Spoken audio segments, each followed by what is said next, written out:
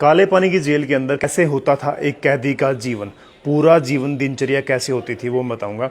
ये जो सामने आप काल कोठरी देख रहे हैं, ये वही काल कोठरी है जो काले पानी की जेल जिसे कहते थे, जिसके अंदर लगभग 698 कमरे बने हुए हैं। और ये कमरे कैसे बने गए, इस कमरों की खासियत क्या है कि यहाँ से इसको लॉक करके जेलर इसके अंदर चाबी भी डाल देता था, तो भी कैदी, तो भी देशभक्त इस चाबी से लॉक नहीं खोल सकता था।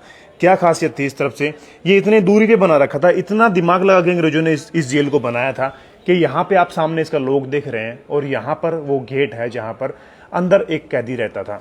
तो जिसको आप यहाँ से इसको बंद करके दिखाएंगे, मैंने इसको ये बंद किया।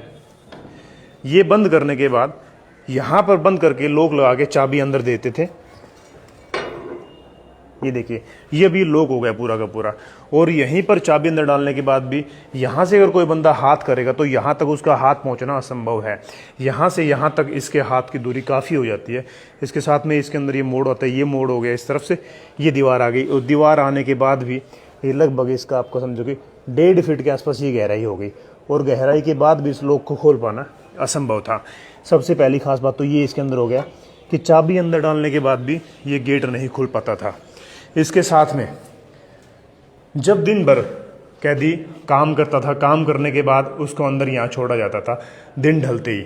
यहाँ कोई रोशनी की व्यवस्था नहीं थी, ना ही कोई मच्छर कोयल वगैरह कुछ थी ताकि मच्छर से बचाव किया जा सके, ऐसा कुछ भी नहीं था। अंदर मच्छर खाएं, बीमारी, गड़न सड़न कुछ भी होता था तो यहाँ पे कैदी जब अंदर होता था तो उसको शाम को लैट्रिन टॉयलेट जाने के लिए कोई व्यवस्था नहीं कर रखी थी, अंदर ही जाना पड़ता था। इसके साथ में अगर खाने पीने की व्यवस्था की जाए तो यहाँ से अगर बीच में कई कैदियों को तो अंदर ही बंद रखते थे, उनको बाहर जाने की कोई सिस्टम नहीं बना रखा था, तो उनको इस रास्ते से उनका पूरा खाना पीने का जो भी देते थे वो यहीं से देते थे। और खाने पीने की ऐसी व्यवस्था कर रखी थी, मैं कैदियों की संख्या बताना चाहूँगा। ये देशभक्त जो हमारे इंडिया से यहाँ लाए गए थे वो 1800 समझो कि 1800 लगभग 60 के बाद और 1940 तक 39-40 तक लगभग 80 साल के दौरान लगभग 80,000 भारतीयों को यहाँ लाया गया था। और उसके अंदर से लगभग सभी के सभी टोटल यहाँ मारे गए थे। समझे कुछ बचे थे, बाकी लगभग समझो कुछ फोर्स फीडिंग की वजह से मारे गए थे, कुछ हड़ताल भूख हड़ताल में मारे गए थे और बहुतों को फांसी दे दी गई थी। तो अंदर का इसका मैं दिखाऊंगा, ये इसका साइज है अंदर का। और ये काल कोठरी है, इसके अंदर देखा जाए तो इसके अंदर से कोई व्यवस्था नहीं थी, सिर्फ ये एक रास्ता दे रखा है और इस रास्ते के अलावा कोई रास्ता नहीं है। इस पूरी जेल को ऐसे बना रखा था कि इसका आपस में कोई कम्युनिकेशन नहीं था।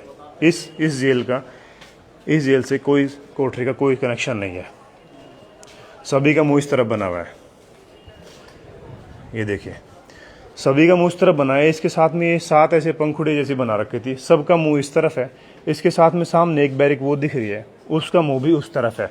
कोई भी आपस में जो भी जितने भी लोग इसके अंदर कैद कर रखे थे सबको सेपरेट सेपरेट कैद करते थे, किसी को भी एक साथ में कैद नहीं किया गया था, सबको अलग अलग करते थे। इसके साथ में किसी का कोई कम्युनिकेशन नहीं होता था और ये भी नहीं बताता होता था कि इसके अंदर कौन सा बंदा इसके अंदर कैद कर रखा है, डाल रखा है, इसके अंदर कौन सा डाल रखा था। किसी का आपस में कोई भी कम्युनिकेशन नहीं था। इसके साथ में इनको जब यहाँ से फांसी देते थे तो फांसी देने के बाद या फिर भूख हड़ताल के दौरान जो मरे थे उन सब मरे हुए लोगों को उनकी जो शरीर होता था, उनका जो पार्थिव शरीर होता था, उनके साथ में क्या करते थे, ना तो उनको दफनाते थे ना उनका दाह संस्कार करते थे। उनके साथ में उनके शरीर के जो वो आपने कभी सुना होगा कि भी पत्थर बांध के पानी में डाल देना, तो पत्थर बांध के उनके शरीर को, उनके पार्थिव शरीर को समुद्र में फेंक देते थे। कोई उसका इस तरह से कोई भी ऐसे कोई रीति रिवाजों के साथ में कोई दाह संस्कार नहीं होता था, ऐसे करके डाल देते थे।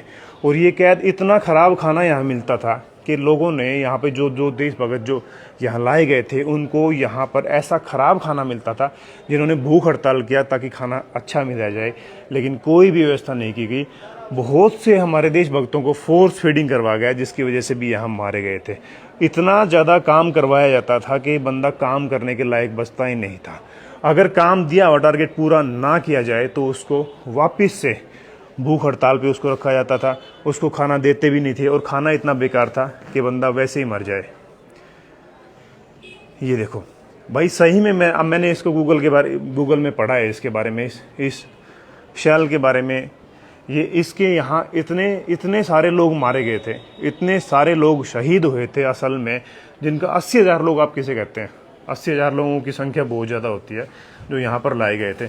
आप थोड़ी सी कल्पना करो अपने खुद के ऊपर सोच के, अगर आपको अपने घर से काले पानी की जेल हो जाए, सोचो आप उस समय, आप 1860 में चले जाओ, उस समय अगर आपको काले पानी की जेल हो जाए तो बंदा क्या कल्पना करेगा।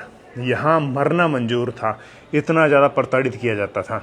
ये जो देख रहे हैं जेल, इसके ऊपर से निकलने की कोई व्यवस्था नहीं थी, ऐसे कोई भी नहीं निकल जाता था। इसके साथ में उनको बेड़ियों में रखा जाता था, ऐसे पूरे के पूरे पैरों में साकल लगा के, हाथों में साकल लगा के ऐसे रखते थे उनको। ये देखो, मैंने पूरी जेल दिखाई है आपको।